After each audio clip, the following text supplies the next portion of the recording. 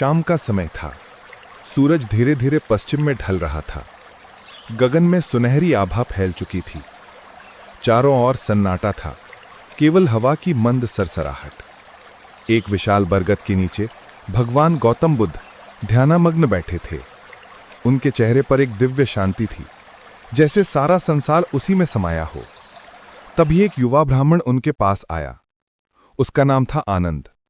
वह झुककर प्रणाम करता है और कहता है, भगवान मेरा मन बहुत चंचल है, कभी इधर भागता है कभी उधर। मैं ध्यान लगाता हूं पर मन टिकता ही नहीं। बुद्ध ने अपनी करुणा भरी दृष्टि से उसकी ओर देखा, फिर कहा, आनंद, चलो मेरे साथ, नदी किनारे चलते हैं। दोनों धीरे धीरे वन पथ पर चलते हैं। हवा में पत्तों की हल्की सरसराहट, पक्षियों की मधुर चहचहाहट। नदी किनारे पहुंचकर बुद्ध ने कहा, आनंद, इस जल को देखो। अगर तुम इसे अपने हाथों से मथोगे तो क्या दिखेगा? आनंद बोला, जल मटमैला हो जाएगा प्रभु।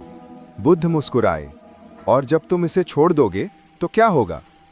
आनंद बोला, कुछ देर बाद ही फिर से शांत और साफ हो जाएगा। बुद्ध ने कहा, वैसा ही मन है आनंद। जितना तुम उसे रोकने की कोशिश करोगे, वह उतना ही अस्थिर होगा। बस उसे देखने दो, समझने दो। समय के साथ वह स्वयं शांत हो जाएगा। आनंद ध्यान से सुन रहा था।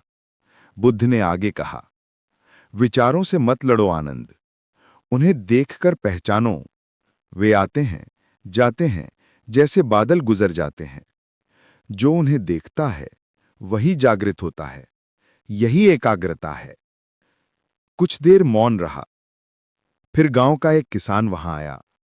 उसने कहा, भंते, मेरा मन काम में नहीं लगता, कभी चिंता कभी आलस, क्या करूं? बुद्ध ने झुककर थोड़ी मिट्टी उठाई। ये मिट्टी कैसी है? उन्होंने पूछा। किसान बोला, गंदी है।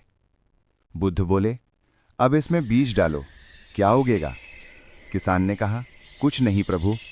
बुद्ध ने मुस्कुराते हुए कहा, मन भी ऐसा ही है।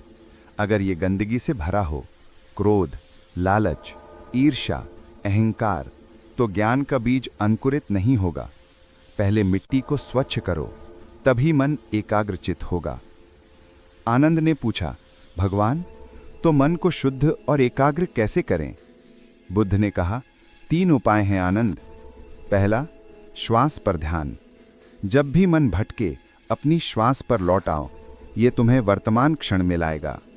दूसरा, स्मृति, सजगता। हर क्षण यह याद रखो कि तुम क्या कर रहे हो।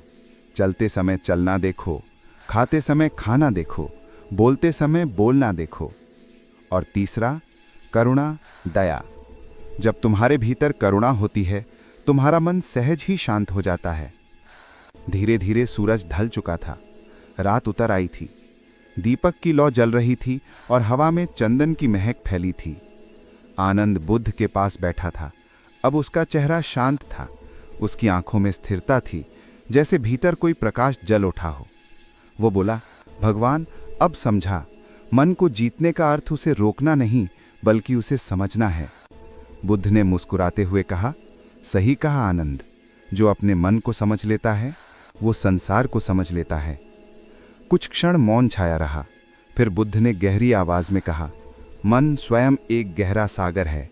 लहरें आएंगी, भावनाएं उठेंगी, पर यदि तुम गहराई में उतर जाओ, वहां सदा शांति है।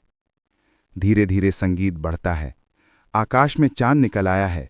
नदी पर उसकी चांदी सी रोशनी चमक रही है। हवा में गूंजती है बुद्ध की वाणी। जब मन शांत होता है, तभी आत्मा बोलती है और दृश्य धीरे धीरे फेड होता है।